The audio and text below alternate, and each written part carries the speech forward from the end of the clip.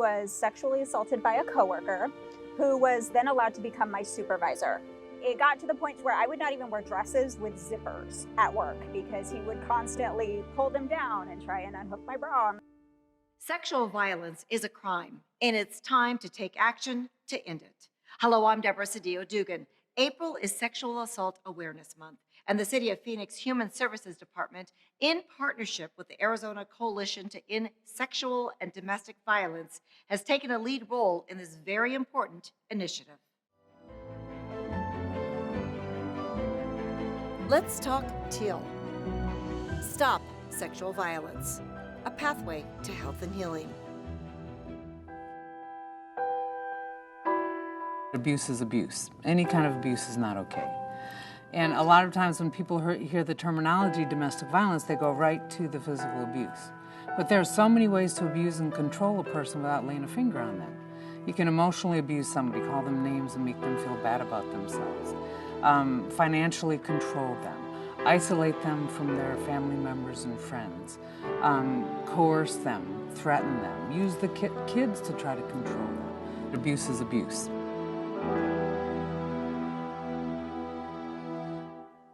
Sexual assault can take on many forms. It can look different to different people, but here in Arizona, under our state law, it is essentially a sex act without consent or permission.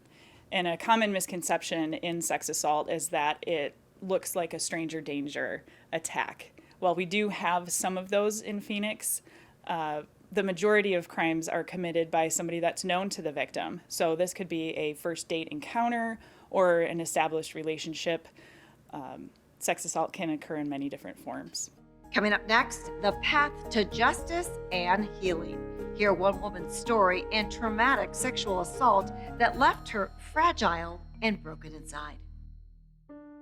Sexual assault. The scope of the problem is the number of people that are victimized each year. Every 73 seconds, an American is sexually assaulted, and every 9 minutes, that victim is a child. 1 out of every 6 American women has been the victim of an attempted or completed rape in her lifetime. And about 3% of American men, or 1 in 33 men, have experienced an attempted or completed rape in his lifetime.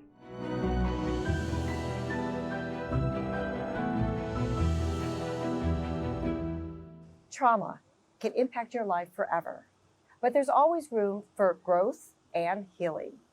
Today, we're at the Japanese Friendship Garden, a place where many people find peace, serenity, and a place for people to meditate. We chose this place to interview Nicole Jacobs. She is a sexual assault victim and survivor. Nicole, it's great seeing you. Thank you so much for joining us. Thank you for having me. Absolutely. You have a pretty incredible story, and you've come full circle because you were the part of the healing process. About 5 years ago, I was sexually assaulted by a coworker who was then allowed to become my supervisor. I did everything you were supposed to do. I told my supervisor, who told the VP, who told HR, and I was told it was going to be taken care of. So I was brought into a meeting with them, and it worried me from the start because she was buddy-buddy, the VP was buddy-buddy with the guy who assaulted me.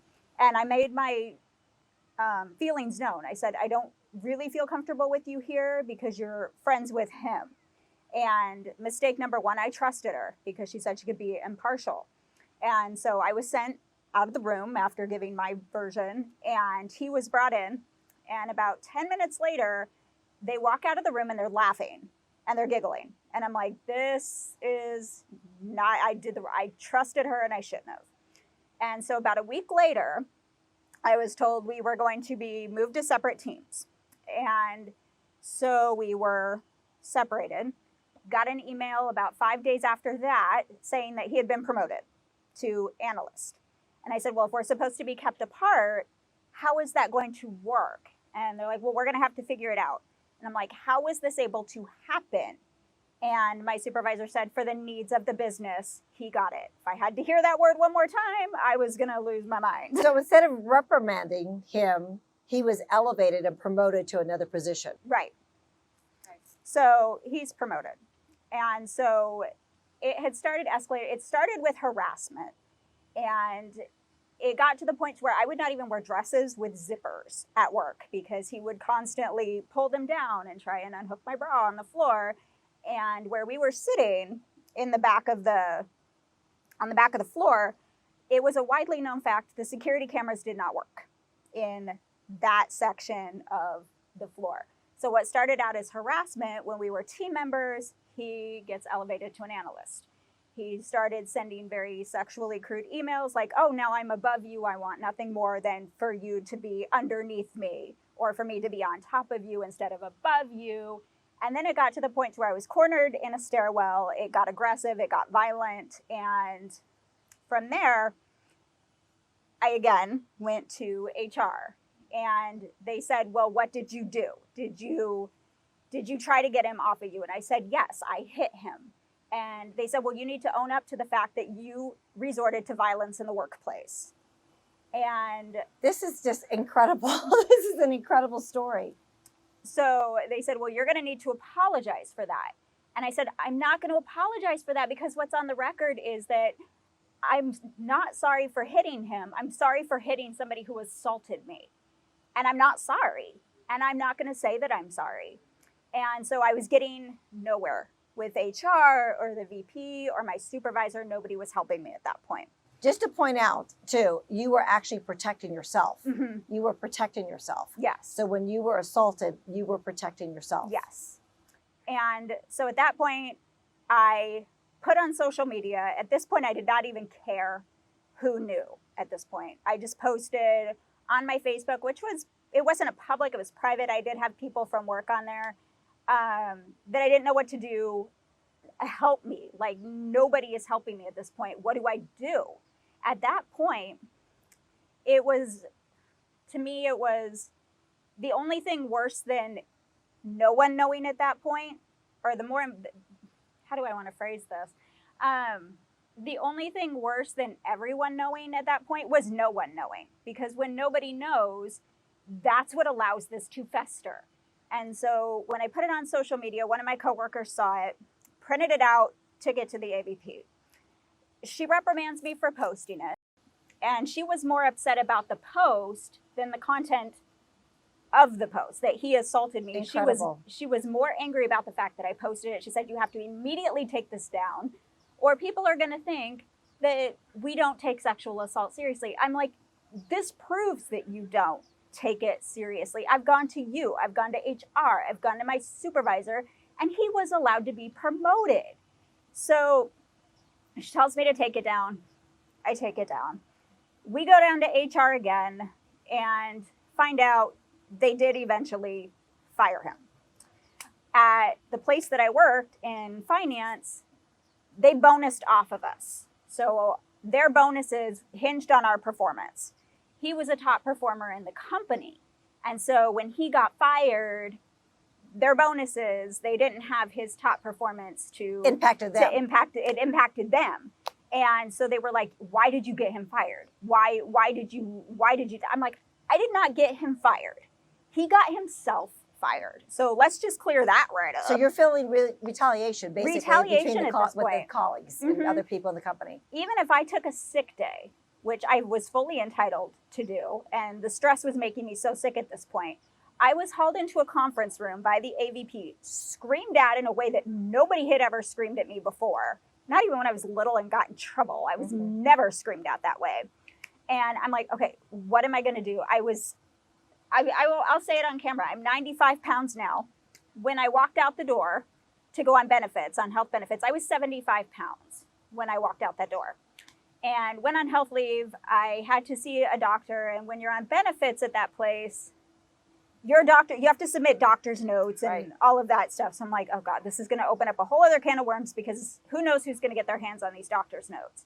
So I didn't want to go back. And so I submitted the doctor's notes. The doctor looked me square in the face and said, you are not going to live to see your 35th birthday if you do not leave.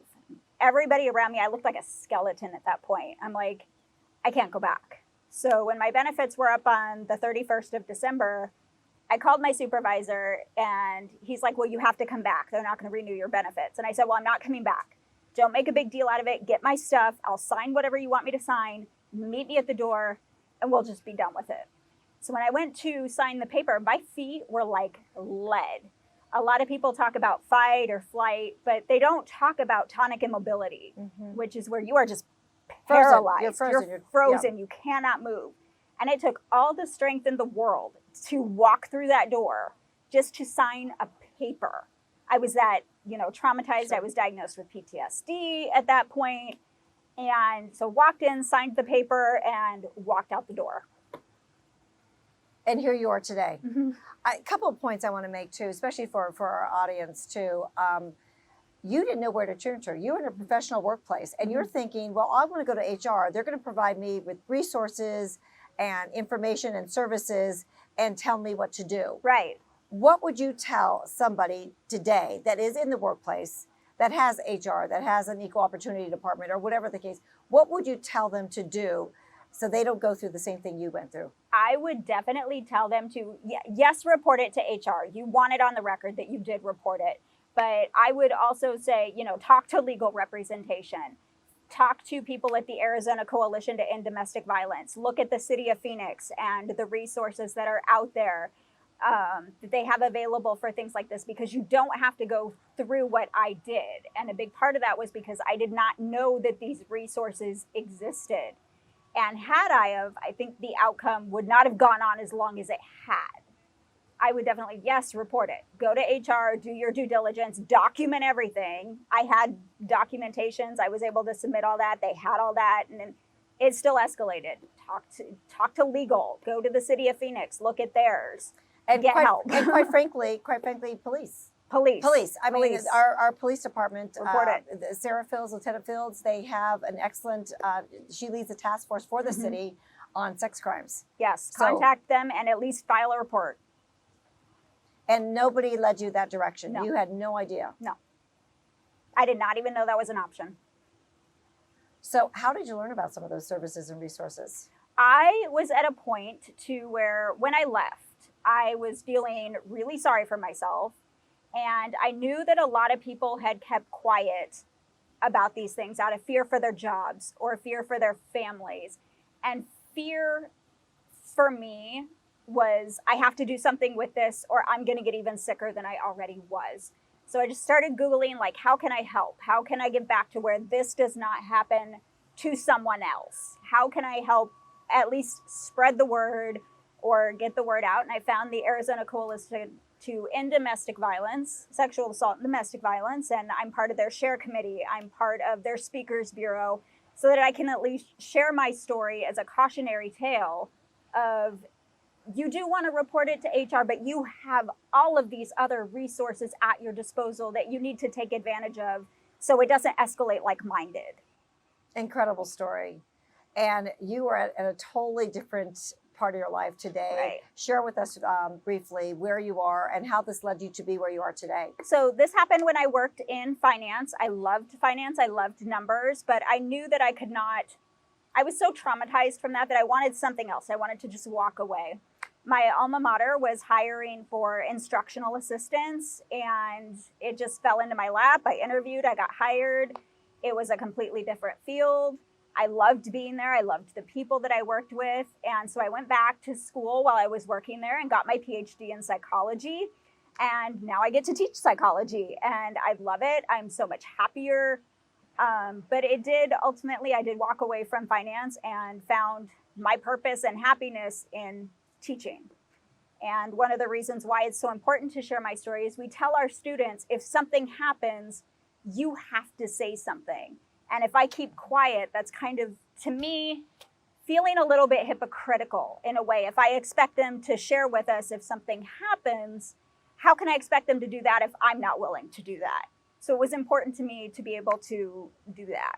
So basically something bad, very, very bad happened to you and you turned your life around and made it a positive. Yes. And doing what you want to do. And now turning around and sharing your story to make a difference in other people's lives. Yes. So thank you for the opportunity to come and speak to you. And I thank you so, appreciate it. oh, absolutely. And thank you so very much for sharing your story. I know it's not an easy story to share.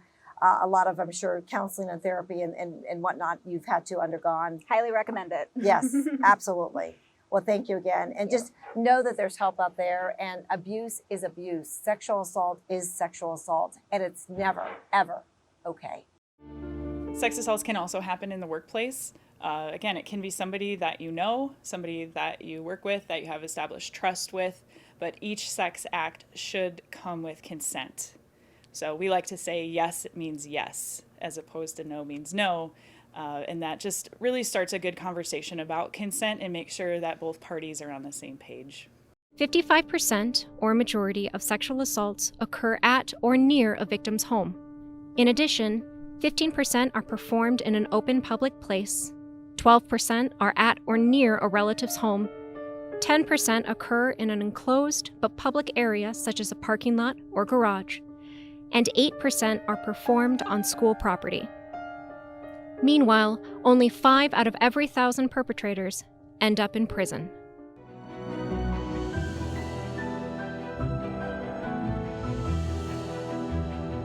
Sexual assault and sexual violence is a violation on one's body.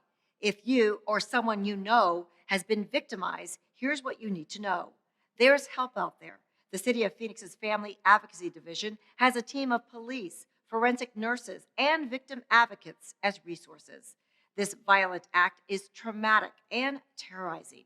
Take a look at these next stories. 911, what is your emergency? Excuse me. Yeah? Yes, my dad. My mom downstairs. My dad came and he hit my mom real hard. Your dad hit your mom? Yeah, he was sitting on a lot. Okay, is he still there? Yes. He is still there? He is in a brown car. And he hit my dad a lot. He hit him against the wall, a brick wall. Okay, did your mom just go to a neighbor's house just a minute ago? Yes. Okay. For the project, he just hit her. She has a big boot, and she's bleeding a lot from her nose. My dad hit her a lot. He hit her a lot? Yes. Okay. I'm scared. That's okay. Just stay on the line with me, okay? Okay.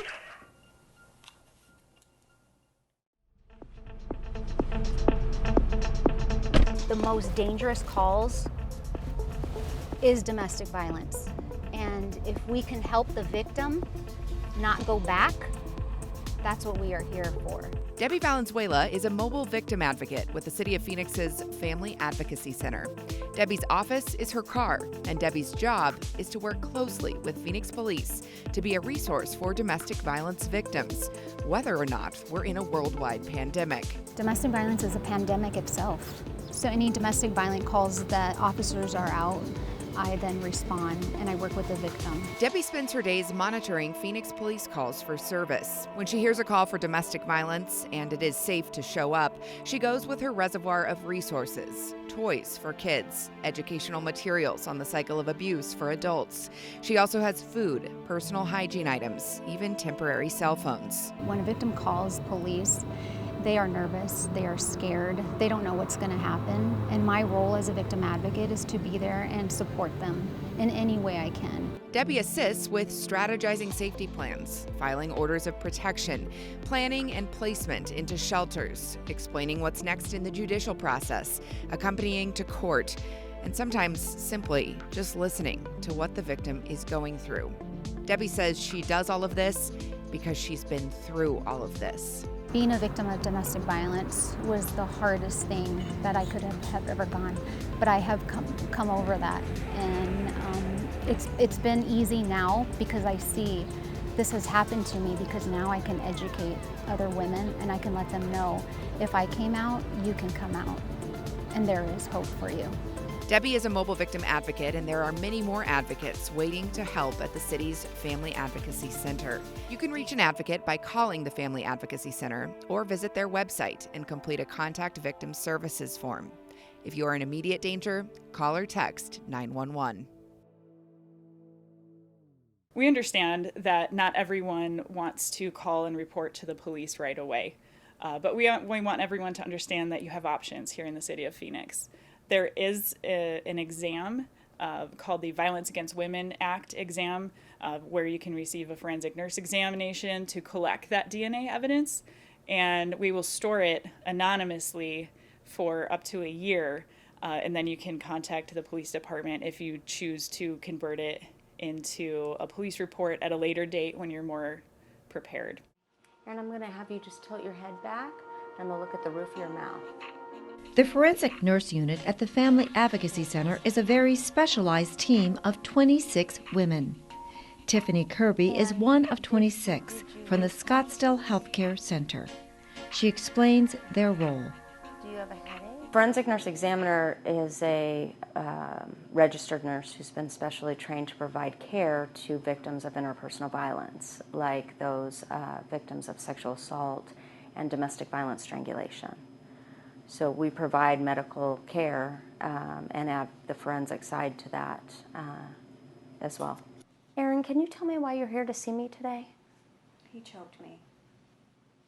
The exam process itself is asking my patient why they're there to see me, what has happened to them. They then give me history of the assault that has occurred, and from there that guides my exam. That lets me know where to look and how to care for them. From there, the head-to-toe exam takes place, literally going from head to toe on my patient, looking for and documenting any injury that they may have.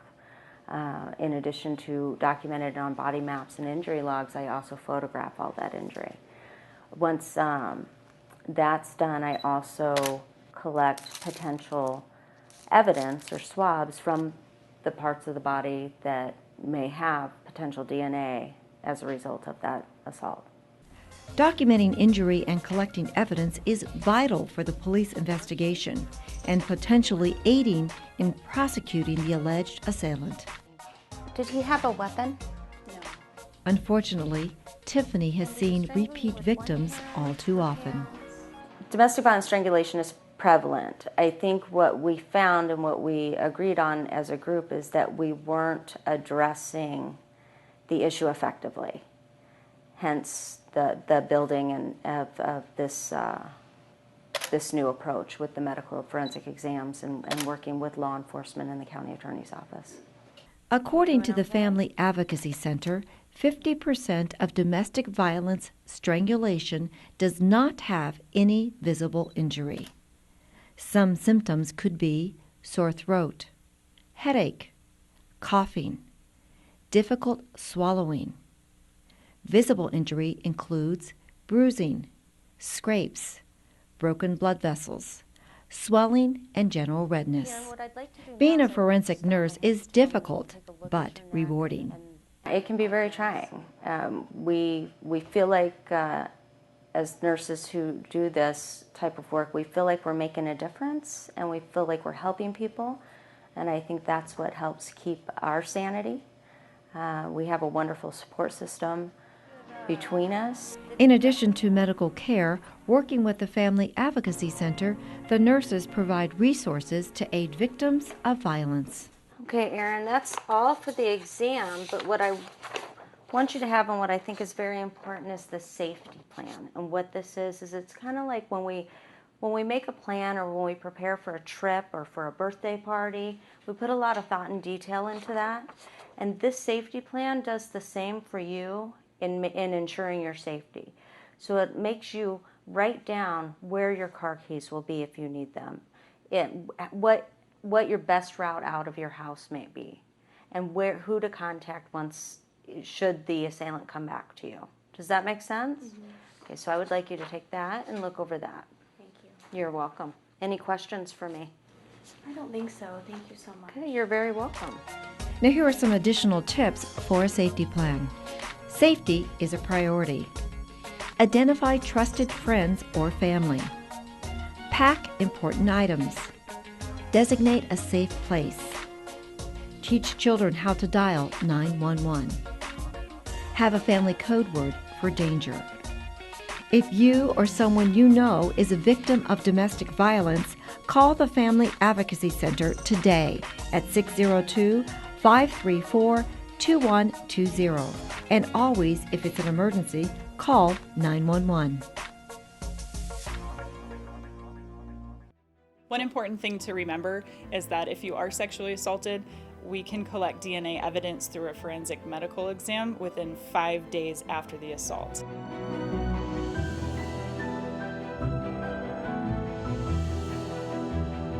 Although April is Sexual Assault Awareness Month, this violent act happens every single day, and actions to help end it are year-round.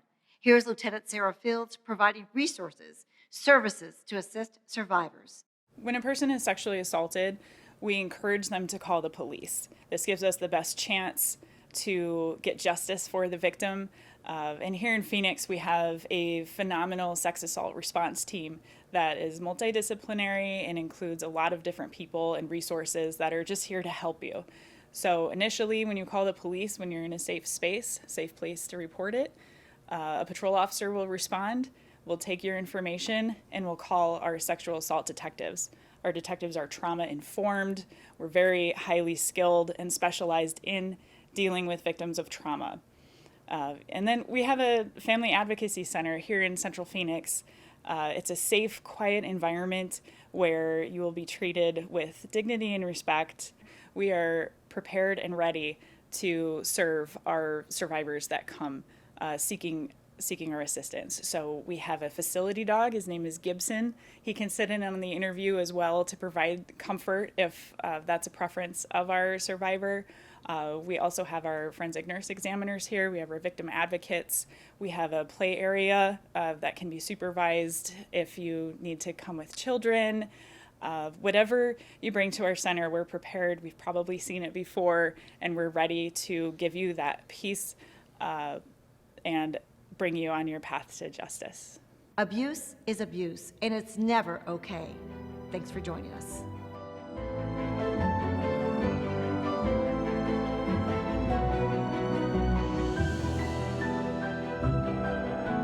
If you or someone you know has been sexually assaulted, call 911 when you're in a safe space or any of these numbers on the screen.